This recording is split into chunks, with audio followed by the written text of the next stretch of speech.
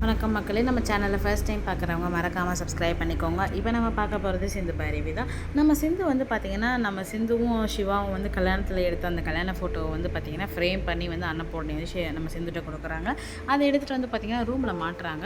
அதை வந்து ரூமில் மாட்டிட்டு உடனே வந்து ரொம்ப சந்தோஷமாக அப்படியே அதை பூரிச்சு போய் பார்த்துட்டே இருக்காங்க.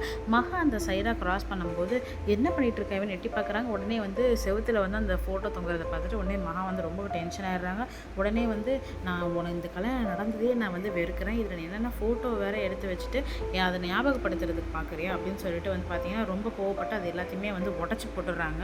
சிந்து வந்து ரொம்பவே வந்து கஷ்டப்படுறாங்க. அப்புறமா அந்த ஃபோட்டோ சிவாவோட ஃபோட்டோ மட்டும் எடுத்து வச்சுட்டு அழுதுட்ருக்காங்க. இது எல்லாத்தையுமே வந்து நம்ம சிவா வந்து பார்த்துட்டே இருக்காங்க. அவங்க அம்மா மேலே வந்து சிவாவுக்கு கொஞ்சம் கொஞ்சமாக வெறுப்பு வர ஆரம்பிக்குது. உடனே வந்து மகா கிட்ட போய்ட்டு ஏமா இப்படிலாம் பண்ணுற நீனு, அது வெறும் ஒரு ஃபோட்டோ தானே, அதை மாட்டினதுக்கு ஏமா நீ இப்படிலாம் பண்ணுற, டி சிவா என்னடா இப்படி பேசுகிற, அந்த கல்யாணமே எனக்கு பிடிக்கலன்றேன், நீ என்னடா வெறும் ஃபோட்டோ தான்ற அப்படின்னா, இந்த கல்யாணம் உனக்கு ஏமா பிடிக்கல அப்படின்னு சொல்லிட்டு கேட்குறாங்க. என்ன இப்படி சொல்கிற, உனக்கு அந்த கல்யாணம் பிடிக்கல தானே, படிக்காத ஒருத்தி உனக்கு எப்படிடா பொண்டாட்டியே ஆக முடியும், ஸ்னேகா தாண்டா உனக்கு கரெக்டு அப்படின்னோடனே ஸ்னேகாவை பற்றி பேசணுன்னே நம்ம சிவா வந்து ரொம்பவே கடுப்பாயிடுறாங்க.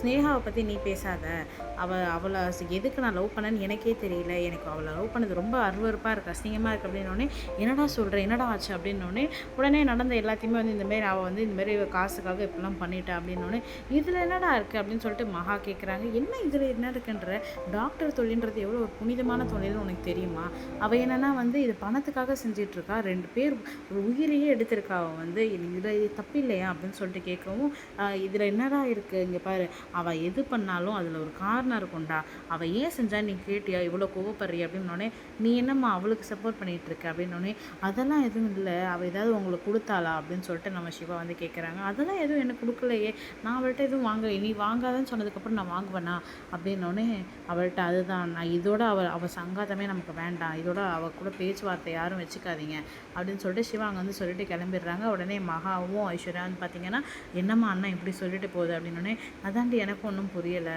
இரு நம்ம முதல்ல ஸ்னேகாவுக்கு கால் பண்ணி பேசுவோம் அப்படின்னு சொல்லிட்டு ஸ்னேகா கால் பண்ணுறாங்க. நம்ம சேனலை சப்ஸ்கிரைப் பண்ணதுக்கு ரொம்ப நன்றி. சப்ஸ்கிரைப் பண்ணாதவங்க மறக்காமல் சப்ஸ்கிரைப் பண்ணிடுங்க.